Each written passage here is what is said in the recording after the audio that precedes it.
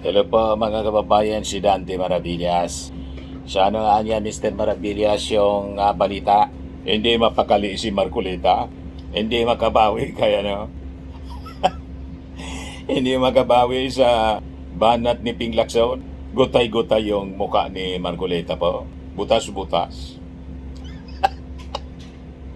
Dati naandaan niya Mr. Maravillas, butas-butas, gutay-gutay. Lalo nagkagutay-gutay kay Ping Lacson. Siya yung naghamon. Ngayon mga kababayan, yung naghamon kay Ping Lacson, siya yung nilamon. Nilamon ang preset na facts mga kababayan ni Ping Lacson.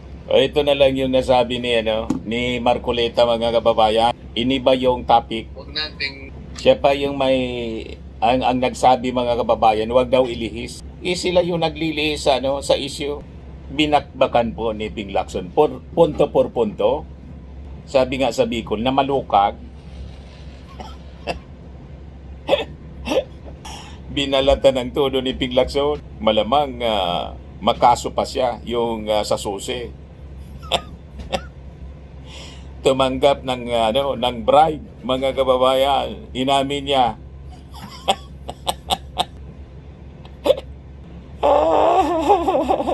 Ito yung palusot ni Ping Lacson. Ni Ping Lacson. Ni Marcoleta. ilihis yung Huwag daw Kung ilihis. sinasabi ko, eating me back. Walang issue yun.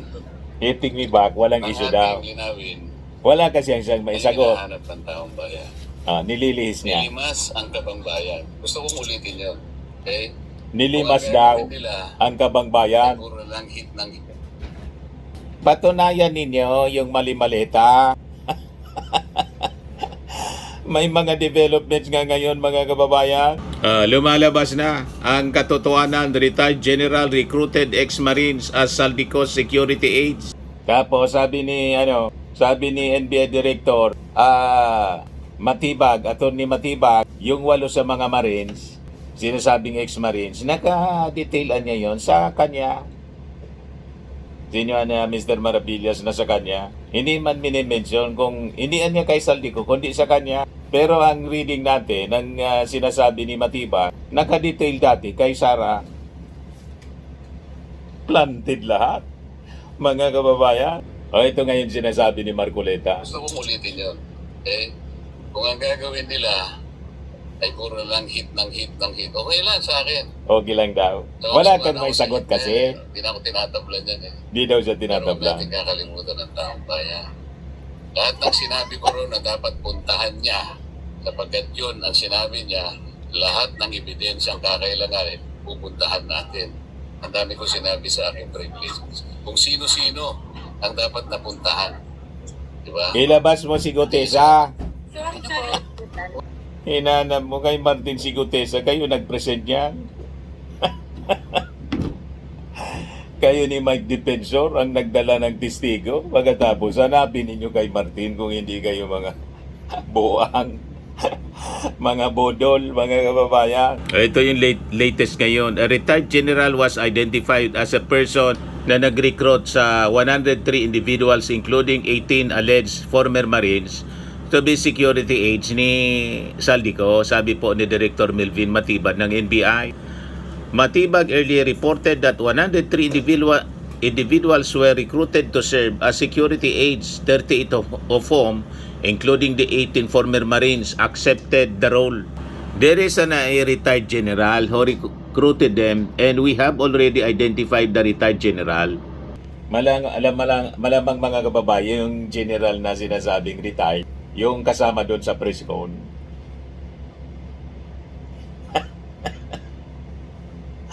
Ba? Lalabas at lalabas ang totoo. Nothing concealed which shall not be revealed, or hidden which shall not be made known, sabi sa Bible, mga kababayan. So, pag-usapan natin ito mga aligasyon ni Marcoleta, yung investigation delays at yung missing witnesses narrative.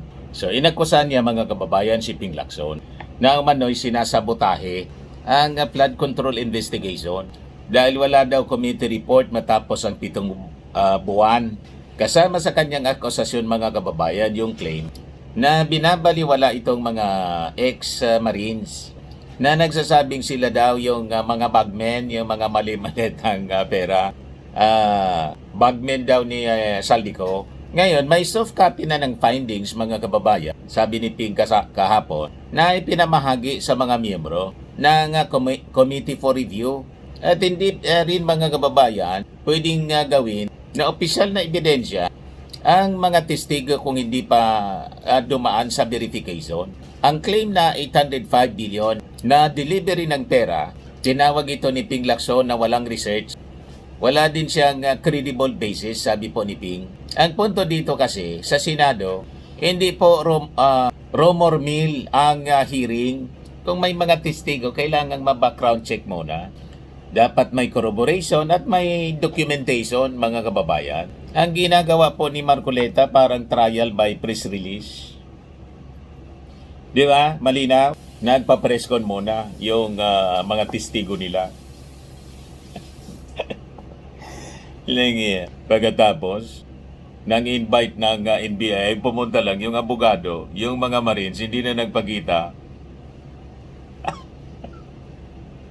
Ayaw matanong.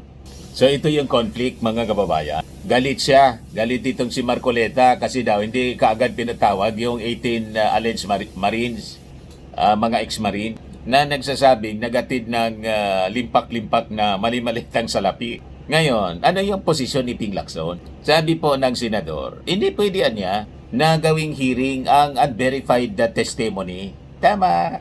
Kailangan mo nang suriin yung mga identity nito, yung military records at credibility. Kasi lumabas po sa mga pag-check, yung sinasabing ex-Marines, yung 4 doon, hindi man member. At yung 6 sabi, may mga criminal records. May mga kasong murder. At ngayon, yung 8, ang sabi, hindi man kay Saldico nagtatrabaho dati. Naka-assign niya, sabi ni NBI Director Matibag, sa kanya niya, hindi man minimension kung sino yung sa kanya. Pero ang tingin natin, ang minimin ni Matibag, naka-assign dati kay Sara. Planted. Kaya pala, matik yung reaksyon. Mga kababayan ni Jaime Marcos, nag-file agad ng resolusyon para magpa-imbestiga. Gagamitin yung Blue Ribbon para sa propaganda. Tapos sunod nun, nagpahayag agad din si Sara, saka si tawag dito, si Pulong, chorus agad. Bilib na bilib sa mga kwento ng ex-Marines. Tawag nila mga brave Marines. Mauto ninyo si Ping Lacson, seasoned veteran investigator. Saka sabi po ni Ping Lacson, kung nabanggitan niya yung 805 billion na pera, dapat niya kaya nilang ipaliwanag saan galing yung numero at paano napatunayan. So, kailangan talaga i-verify. So, ang simpleng rule mga kababayan, hindi po pwedeng invento muna tapos hearing later. Di ba po? So ngayon, dito tayo sa question ni Marcoleta. Bakit daw hindi pinatawag sa Senado itong si Saldico para sagutin yung bribery allegation? Si Saldico nasa Portugal. Ayaw man umuwi. Ngayon, ito yung procedural stand ni Ping Lacson. Tumanggi si Lacson kasi para daw ito sa interparliamentary courtesy. Ito yung matagal ng tradisyon sa Congress. Si Bato nga, lagi yun ang ina-assert, interparliamentary courtesy, nang in-invite siya. Ay, nago. So, hindi po pinapatawag sa Senado yung isang sitting congressman. Ginagalang kasi po yung independence ng bawat chamber. Tinanggihan din ni Ping Lacson ang proposal na Zoom testimony kasi maaari daw itong maging platform para sa propaganda, sa fact-finding. So, ang bottom line mga kababayan, hindi ito yung personal na proteksyon.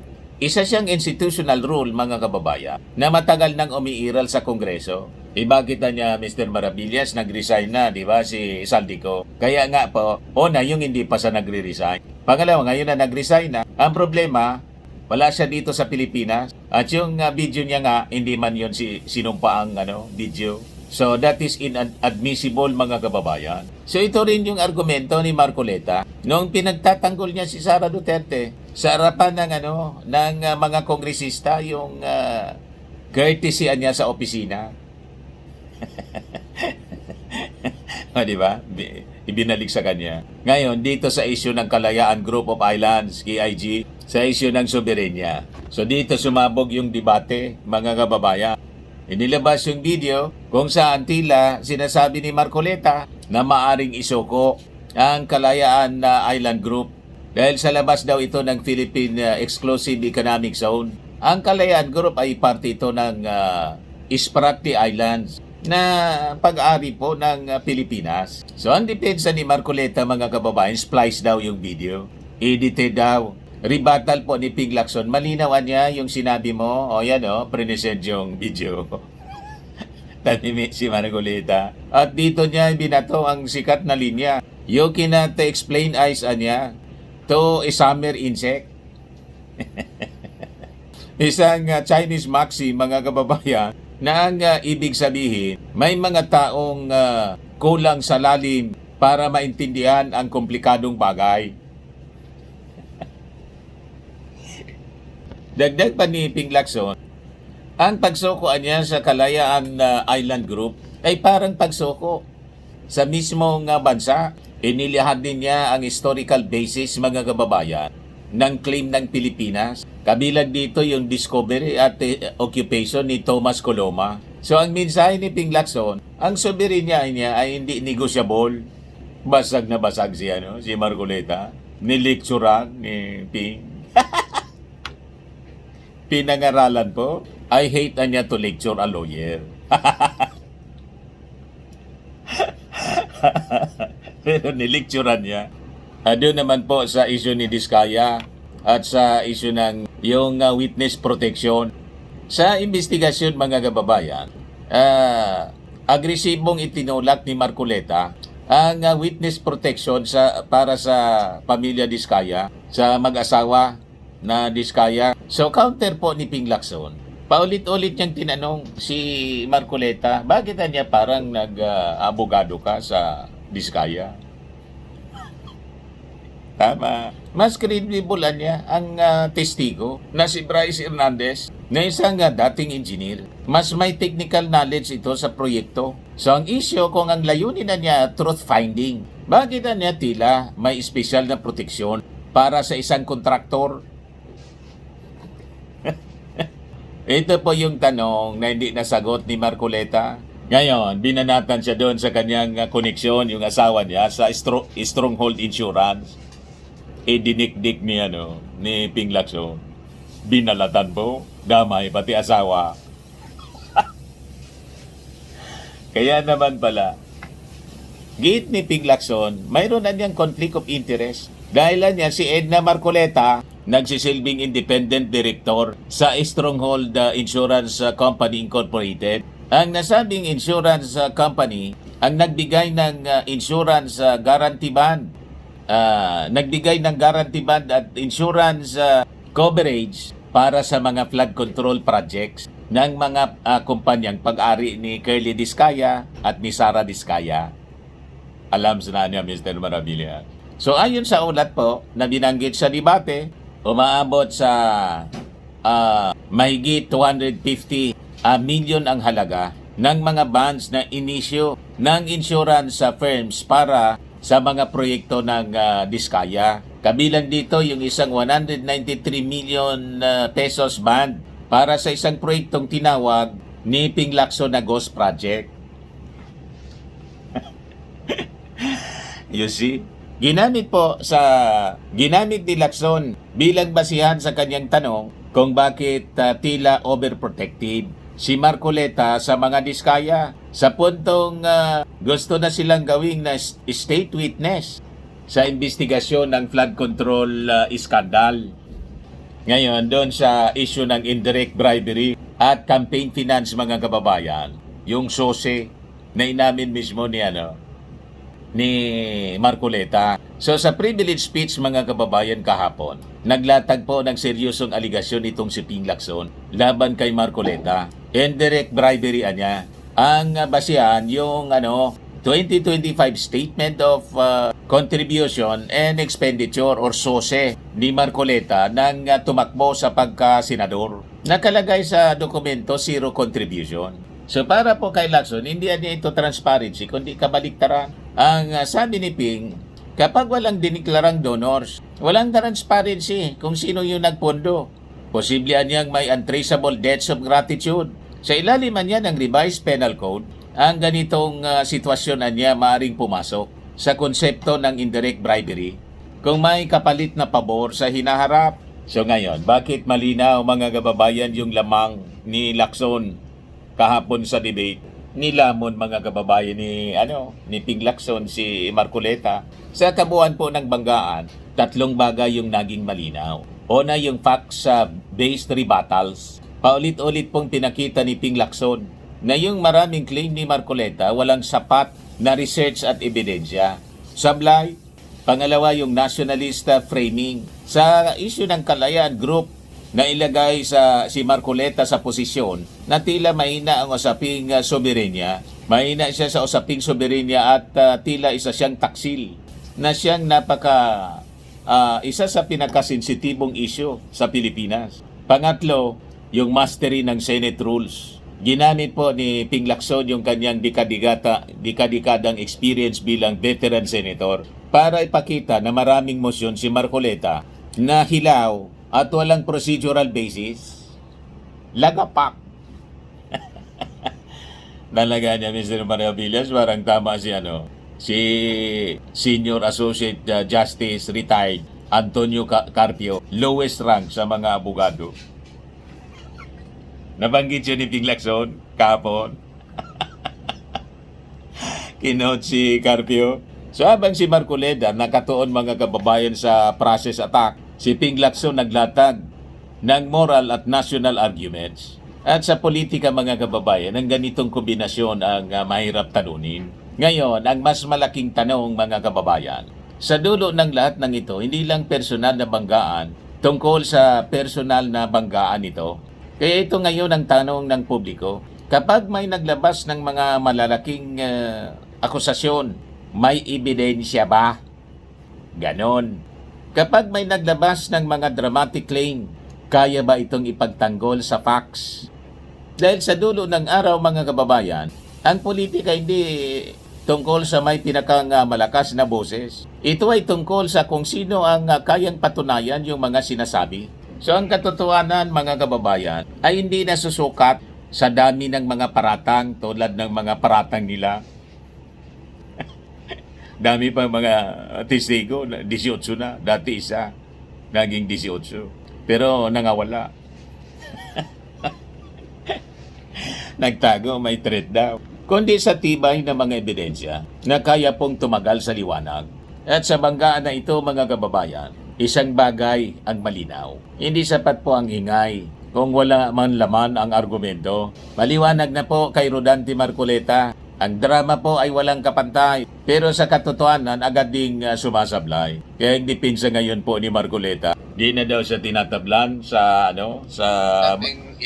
banat sa kanya. Pero sinasabi niya na nililihis yung usapan. Anong nililihis? Na tumbok po. Yan o.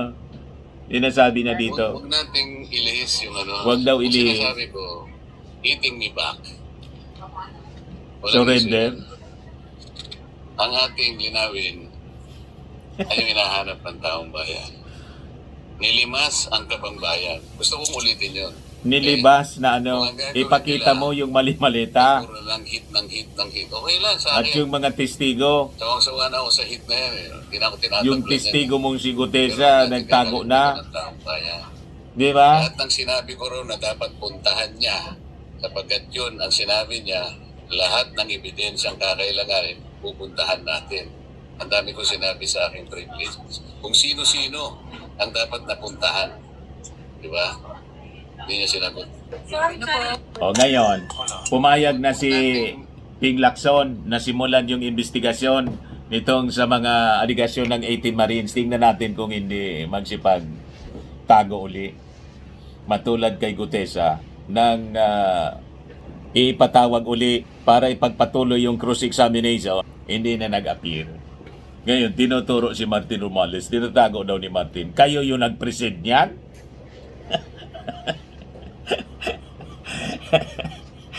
O, di ba? O, tingnan natin. Yun yung nga sa NBI, hindi na nagpakita, pumunta doon po, yung abogado. Tapos sabi ng abogado, hugas kamay na. Hindi man niya daw sigurado na yung mga sinabi, lahat yung totoo.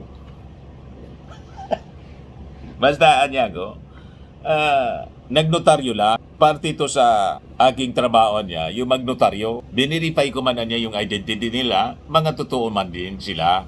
Pero hindi lahat ng mga sinabi nila, sigurado siya.